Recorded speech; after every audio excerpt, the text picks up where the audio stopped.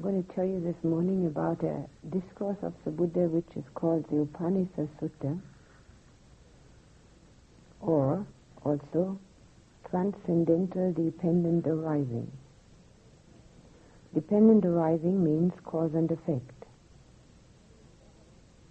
Whatever arises has a cause, and therefore we get the effect.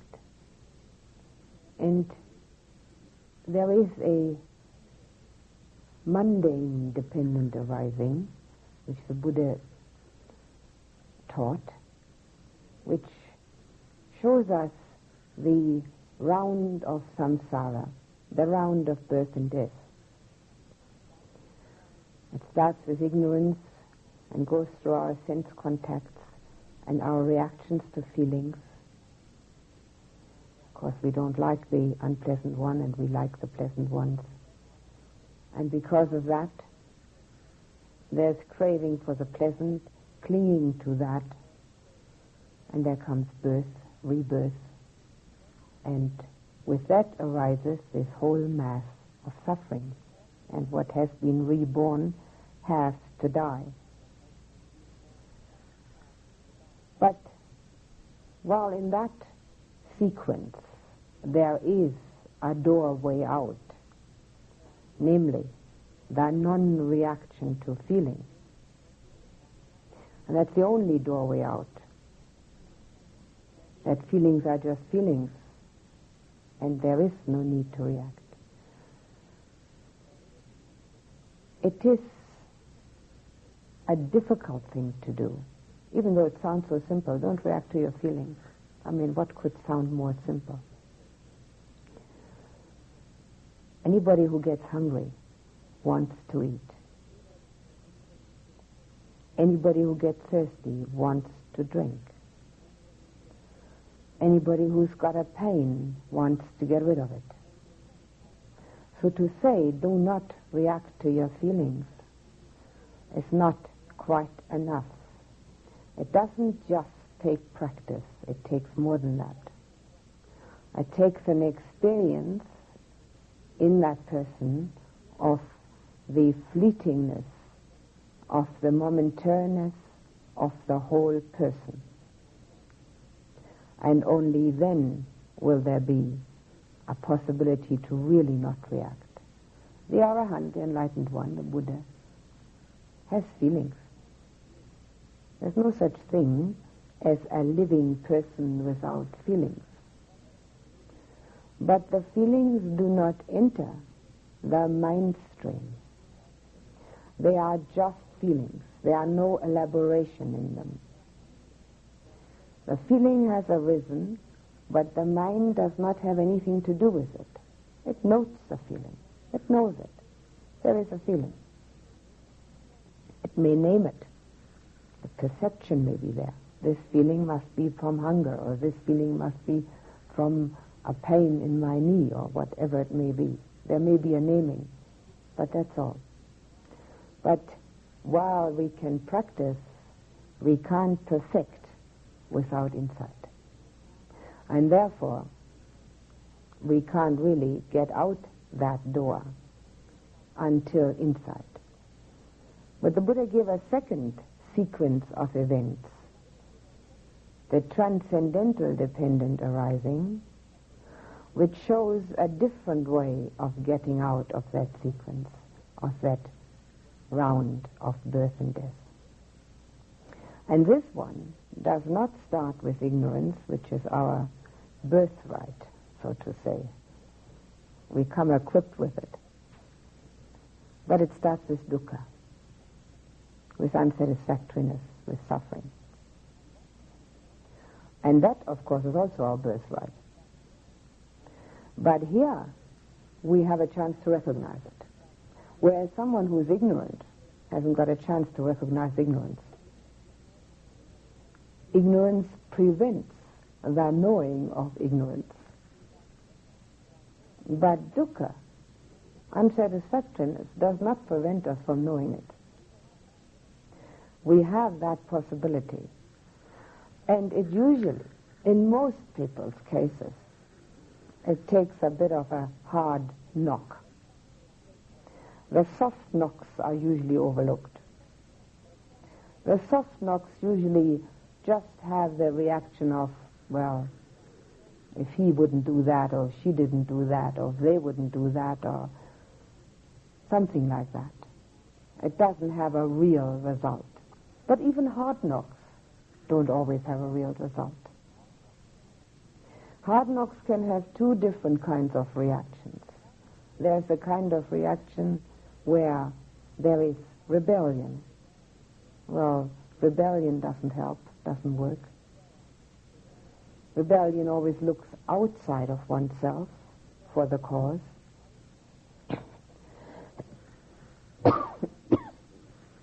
Or there's resignation, which is withdrawal. Well, that doesn't work either, because if one withdraws, one hasn't got a chance to do anything.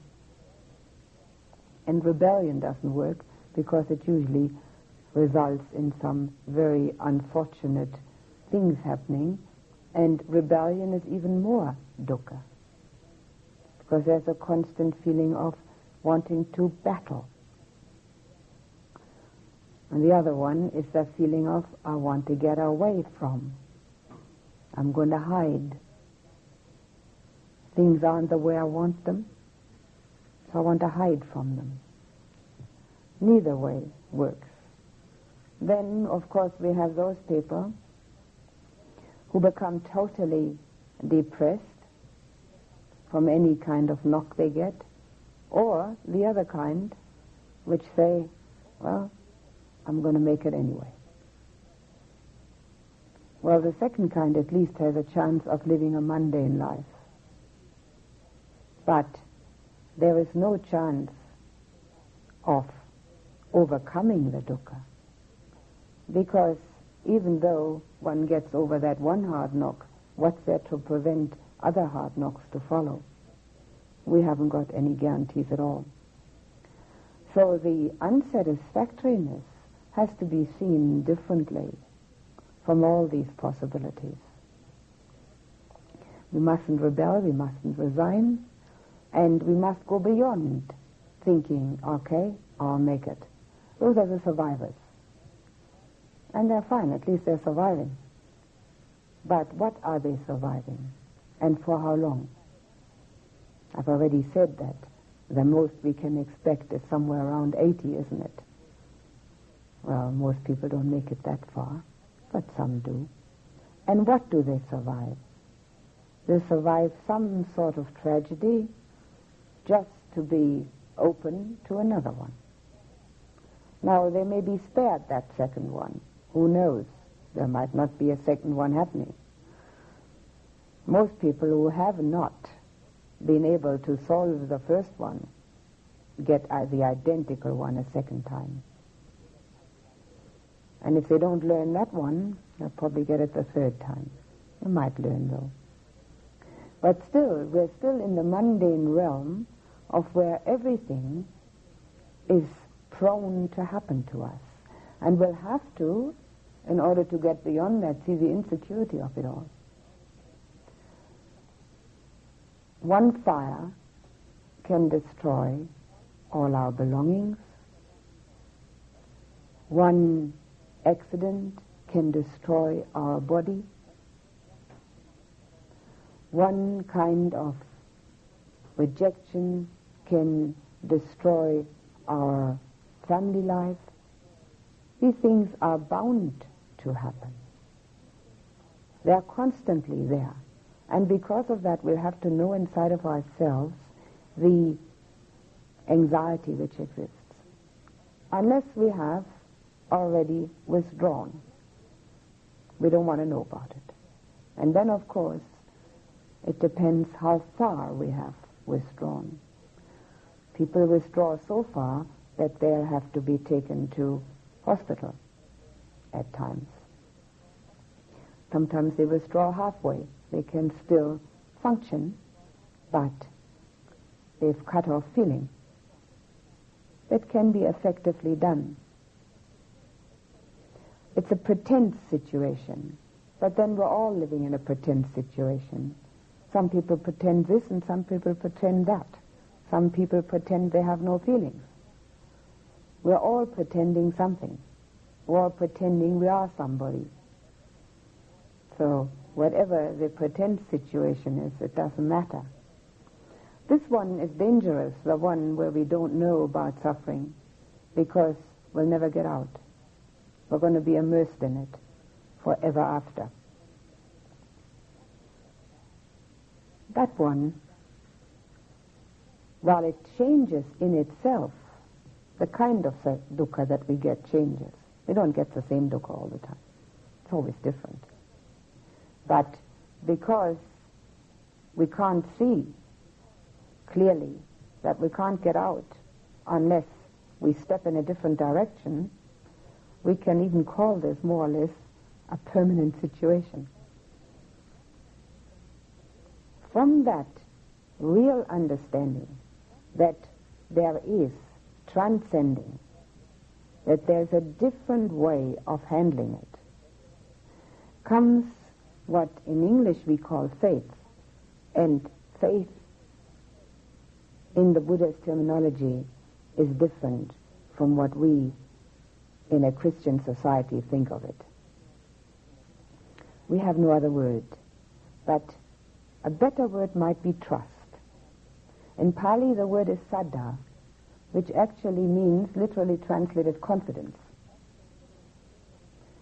The Buddha said something interesting about faith. He compared it with a blind giant who meets up with a small, very sharp-eyed cripple. The blind giant is called faith, and the sharp-eyed cripple is called wisdom. And he says to that sharp-eyed cripple, I'm very strong, and I can go far, but I can't see where I'm going. And you are very weak and puny, and you can't go very far, but you can see very well. So come and ride on my shoulders, and together we'll really go the distance. Faith has to have wisdom on its shoulders. In other words, blind faith can move mountains, but it doesn't know which mountain to move. And that's the danger that has always been inherent in faith. You can't see, it's called blind faith. If you can't see, how do you know which mountain needs moving? So wisdom has to be part of it. So we call it confidence or trust. That confidence is essentially in something that is unknown to us. But it is an underlying intuition. An underlying intuition that there must be something more to life than what we've experienced so far. That can't be all. And unless we have that intuition, we must be pretty closed up in our sensitivities, because it's a human quality to know that. And that's what makes us search. Search in many directions. Not always in the right direction. In fact, most of the time in the wrong direction. But that search also leads us in the right direction, where our intuition has told us there must be something more. It can't be just eating and sleeping and making a living and procreating and getting sick and well and then dying. There must be a bit more than that. That can't be all. And while we do get a few flashes of it, of this little more, when there is a beautiful contact to our senses, like a beautiful sight or sound or even a beautiful feeling, they are too fleeting to fill us. And we go after them again and again. Some people get addicted to classical music. That's what makes them happy. Or to beautiful sunsets. Or to the old masters, painting of the old masters. That's what makes them happy. These are fleeting sense contacts. And there is a feeling of a little bit of transcending the daily grind, but it isn't fulfilling. It doesn't fulfill. If you read the life stories of great painters and musicians, and if you have read them, you will know how most of them have been desperately unhappy. They thought they had transcended, but they hadn't. Even those that made the masterpieces, not just us who are listening or looking at them. The intuition tells us, when our intuition tells us that transcending means finding a different path, then also that intuition we trust. And then it's dependent upon the fact whether we hear something or read something, get to know something, which shows us a different path, a different way. We call that the Satya Dhamma, the true teaching. Now the true teaching does not necessarily have to be Buddhist teaching. It's got to be true in a sense of being spiritual, in a sense of creating not blind faith or following a guru or believing whatever is being said and then doing mechanical action, but it has to fill the heart with the uplifting surge of joy that here I see something that can take me beyond the daily things which make me unhappy, and it has to fill the mind with the understanding, I know I can understand how to do it. Only if those two are co-joined can proper trust and confidence arise. And it doesn't matter where it comes from. The Buddha never said that he was the only teacher. What he said was, investigate the teaching and question the disciples. Investigate the teaching and question the disciples. And only if that is done and you are fully satisfied, follow it. So when we get, through our own intuition, the understanding that there's a bit more to life than what so far has been offered on a platter to us, the material life. The material life which has no out. Material things fall to bits, just like we do. Everything that's material falls to pieces. We fall to pieces. Everything falls to pieces. So if we have seen that there is something, and then have the good fortune to find the first step on the path, an understanding of a path, trust, confidence arises. And then, as we hear a little more, practice a little more, we keep going. That doesn't mean that one cannot live an ordinary daily life anymore. One has to live an ordinary daily life because this body needs being fed. If the body is not being fed, it will perish after some time. Not as quickly as one might think, but after some time. Now this faith is sometimes called the water-clearing gem. That's just an expression in Pali. It means it clears the muddy waters that are surging around in the mind and taking away the possibility of seeing clearly. Because the trust and the confidence no longer has this skepticism in it, and it no longer has a materialism in it. Materiality and also religiosity do not answer this quest. Neither one.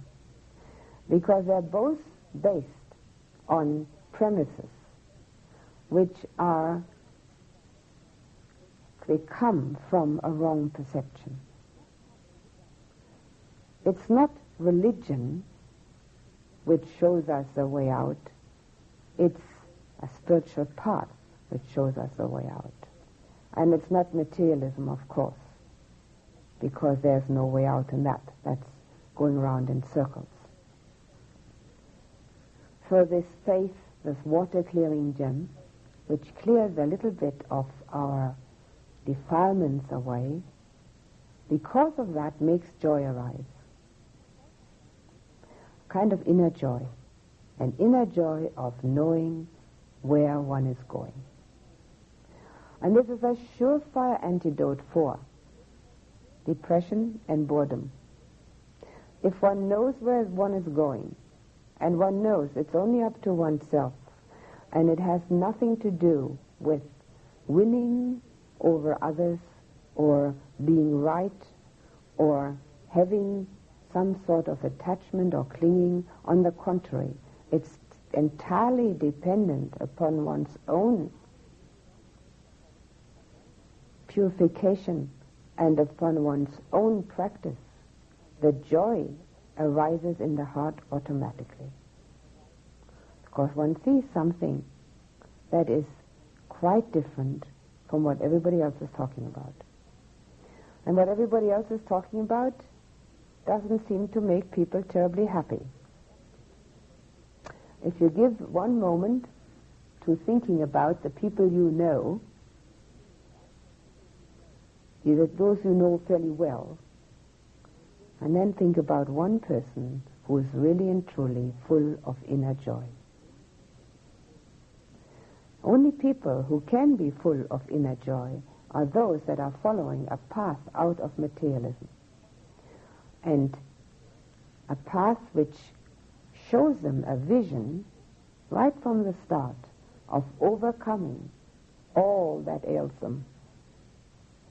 It doesn't do it right from the start. One doesn't overcome one's dukkha right from the start. But the vision is there. The vision of being able to overcome. Because something has been seen. That inner joy is an absolute prerequisite for meditation. Because now this path goes into meditation. This inner joy depends upon seeing that the purification of heart and mind are the necessary first steps, as we've been talking about, loving kindness and compassion, and generosity and moral conduct. Without those, there is no inner joy. Because without those, there's nothing but selfishness. And without those, there is only material gain. And there is also lack of contact. The contact is strictly limited to one's senses. But anyone who has ever been on a search or a quest for truth knows that there is more than, there has to be more than our senses. It's too limited and too limiting. They do not offer what we are really looking for.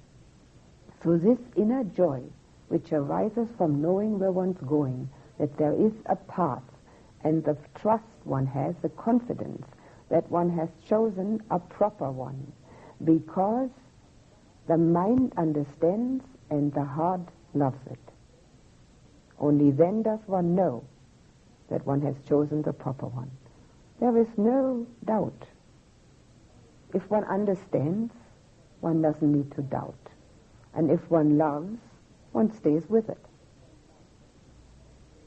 Absolute essentials, both.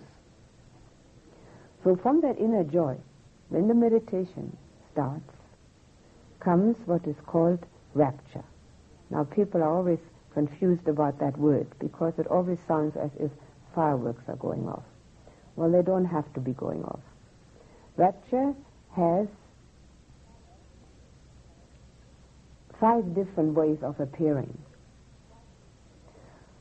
First of all, it is the moment when the thinking stops in meditation and when one is attentive to feeling.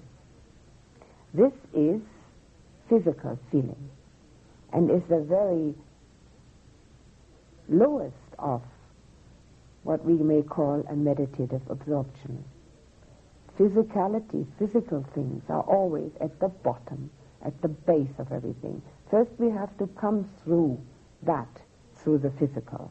That doesn't mean it's nasty or bad, it just means it's the bottom rung.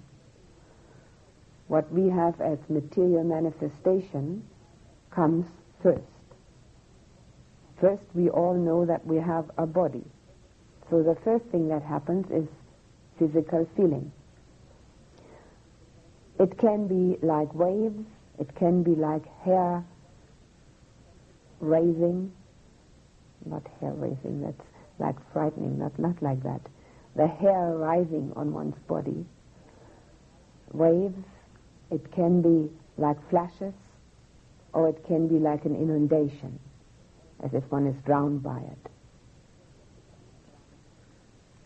So it can be mild, or it can be strong. It can be momentary, or it can last a while. And it's always extremely pleasant. But it can be mildly pleasant, or it can be quite amazingly pleasant. Either way.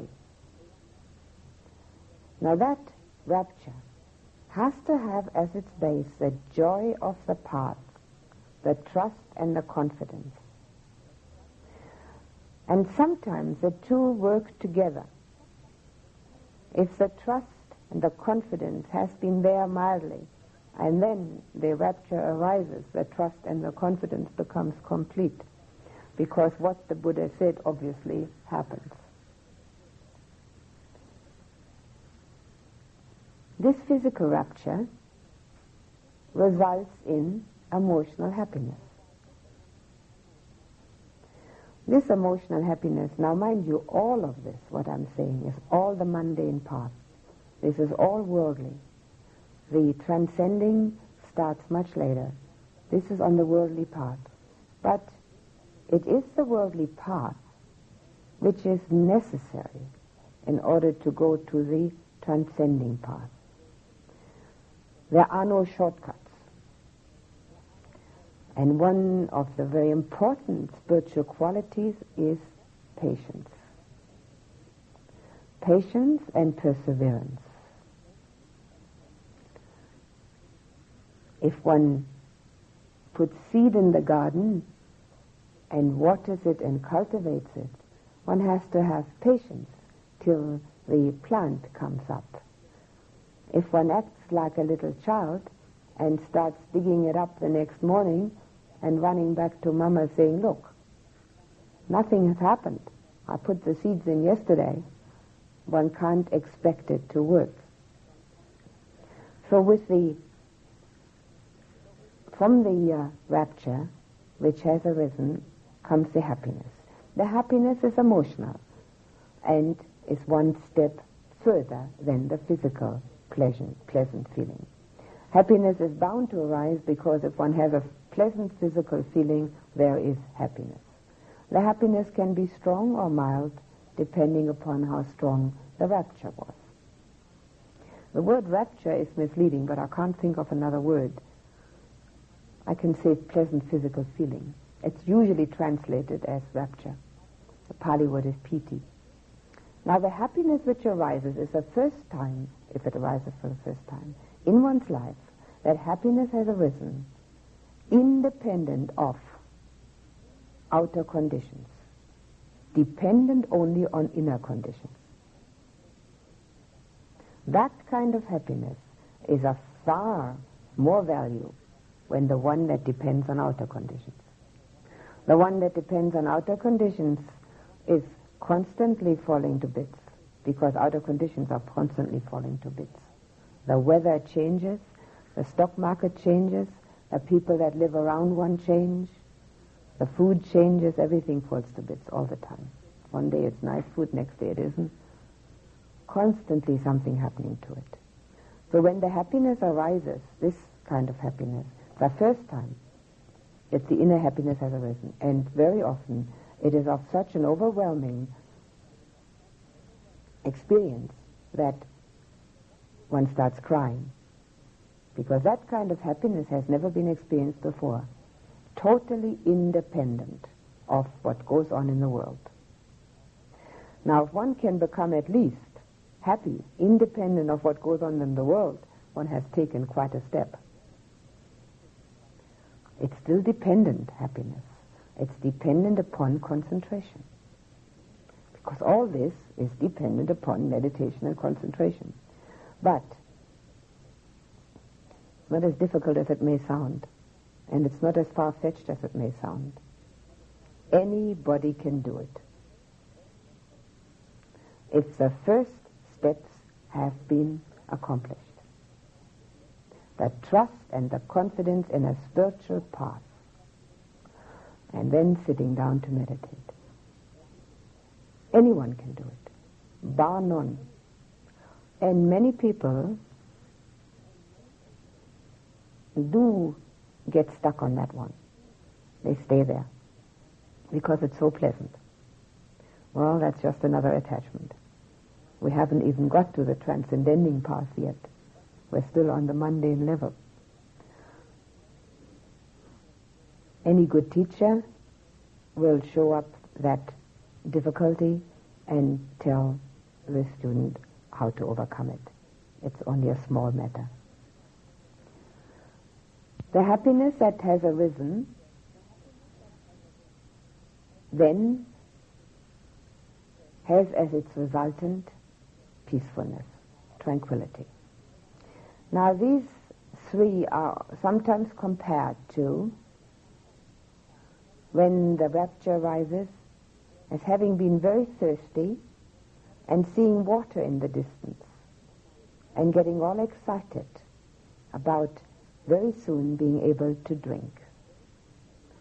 Being thirsty, of course, means that we are not fulfilled. Something is missing. The happiness which arises is compared to drinking the water. Feels really happy being able to drink it finally after being thirsty for so long. And the peacefulness and the tranquility which arises is compared to going under a tree, lying in the shade, having drunk one's fill, and being totally at ease, having got what one wanted. That's the tranquility. Now, in this particular sequence of events, after this tranquility only arises proper concentration. Now, that doesn't mean that these steps do not need concentration. They do. They need the concentrated path in order to get to these three steps. But from these three steps arises the kind of concentration which can then gain insight. Without having prepared the mind through these steps, proper, deep perception, real insight is not possible. The mind can, first of all, not do it, and secondly, if it gets an inkling of it, it can't handle it. It immediately says, no, I want to get back to my old, comfortable, accustomed place where I've always been, where I know the surroundings. And that, of course, prevents one from going further. So first the mind has to be prepared through these three stages of rapture, happiness, and tranquility. And at that moment, when there is, can you imagine a person lying under a tree, having absolutely not a single worry in the world, being totally at ease, having everything they want, and then being shown something new. That kind of person can actually grasp it. They don't go and say, but. There's nothing in the mind. The mind is clear. The mind is not having any waves of turmoil in it. The mind is pure. Because in those three steps, the five hindrances have been suppressed. They have not been eliminated. They are like weeds, these five hindrances. They have to be rooted. But for uprooting, one needs insight. But for cutting down, one needs calm, tranquility, happiness. So these hindrances were totally suppressed at that time. No sensual desire, no ill will, no sloth and torpor, no restlessness and worry, and no skeptical doubt. Only when those hindrances are suppressed, of course, is the mind clear. And only when they're suppressed can the mind get rapture, happiness, and tranquility. So, because the mind at this time doesn't have any of those enemies in it, the concentration can be total. And that is called seeing things, or having the knowledge and vision of things as they really are. In Pali it's called Jata Bhuta Jnana Dasana, having the knowledge and vision of things as they really are. Now, it is not uncommon for people who have had rapture, happiness, and tranquility to do nothing, just lie in the shade of their tree and enjoy it. That means they are staying on the mundane path. They are not getting out. So there has to be a deliberate direction of the mind towards insight. Insight in the first instance is insight into impermanence. That is the one which is not only easiest to see, but it's the one which is so constantly available that one doesn't even have to try.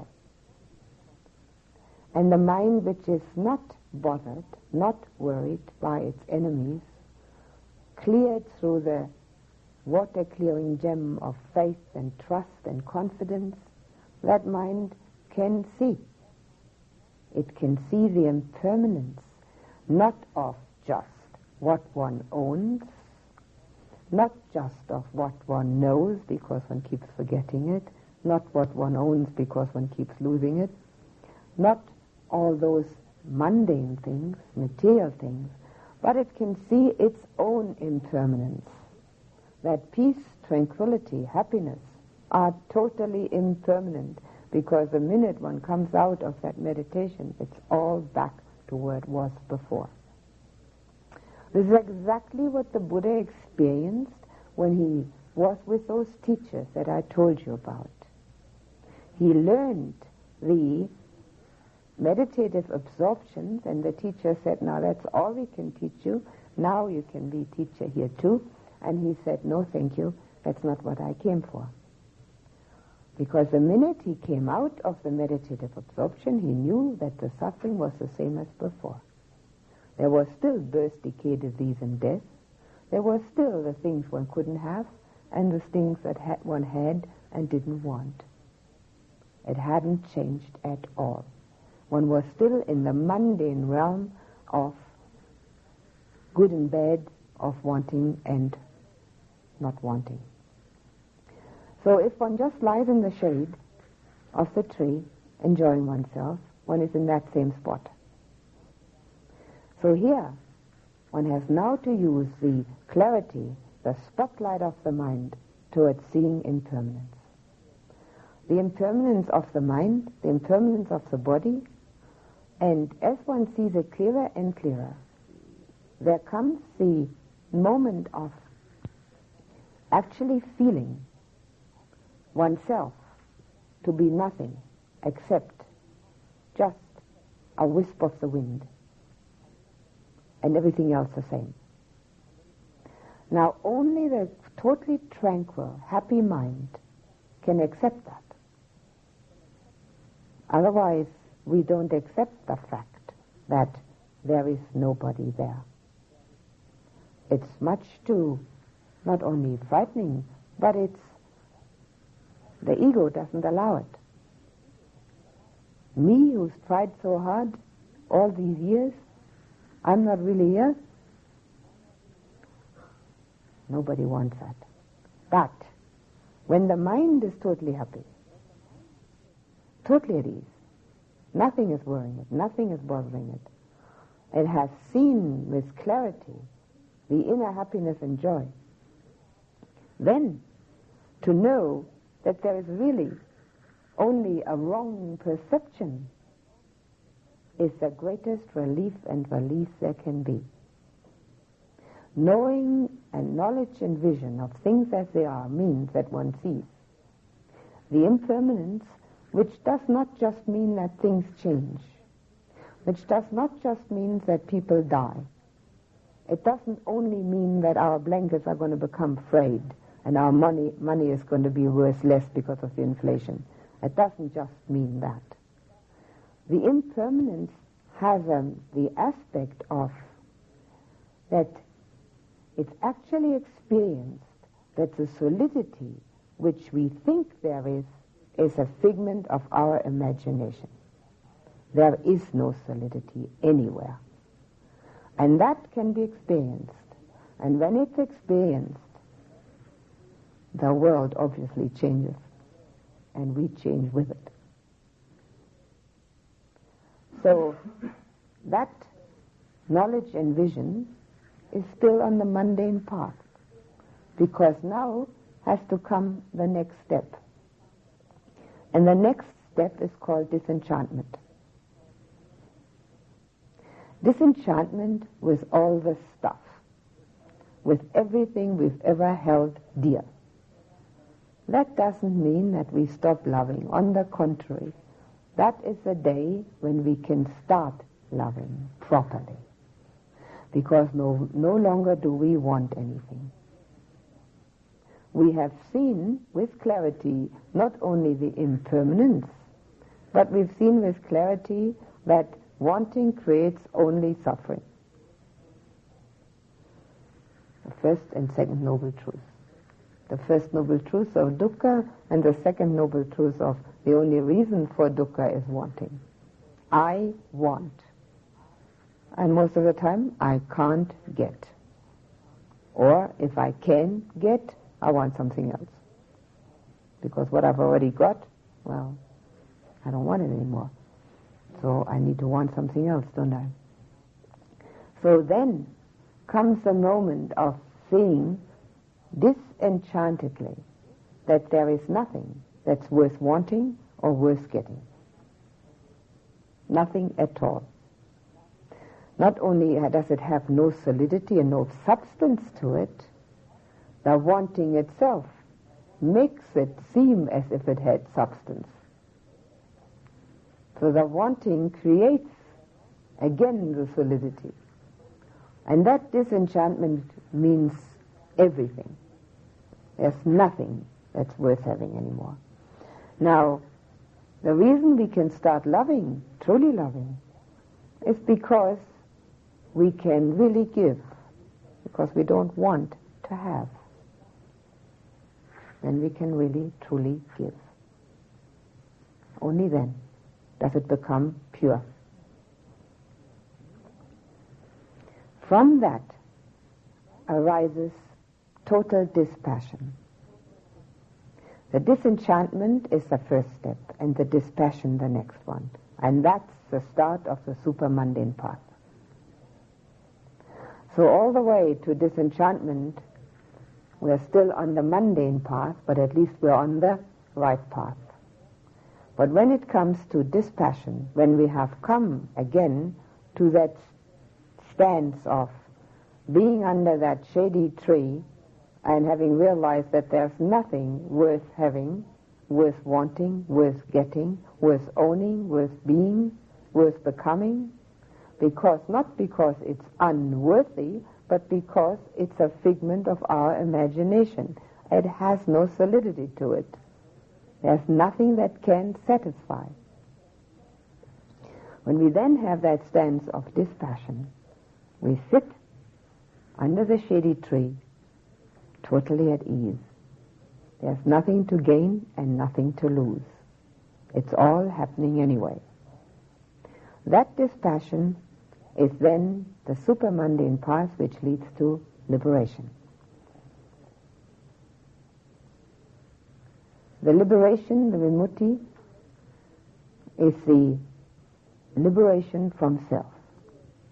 And when it's a liberation from self, it's a liberation of all problems. Because only self can have problems. Only self can have rebirth.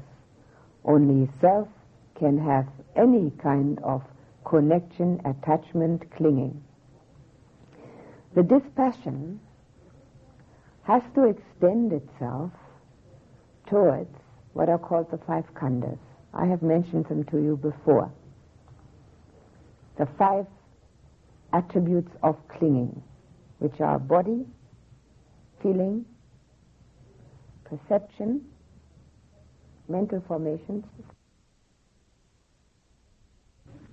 When we see that our attachment to them, because we have become disenchanted with all that exists, we can then see that our thinking, our attachment, that this is my body, my feeling, my thought, my perception, my sense consciousness, that we can see quite clearly that this is also a figment of our imagination.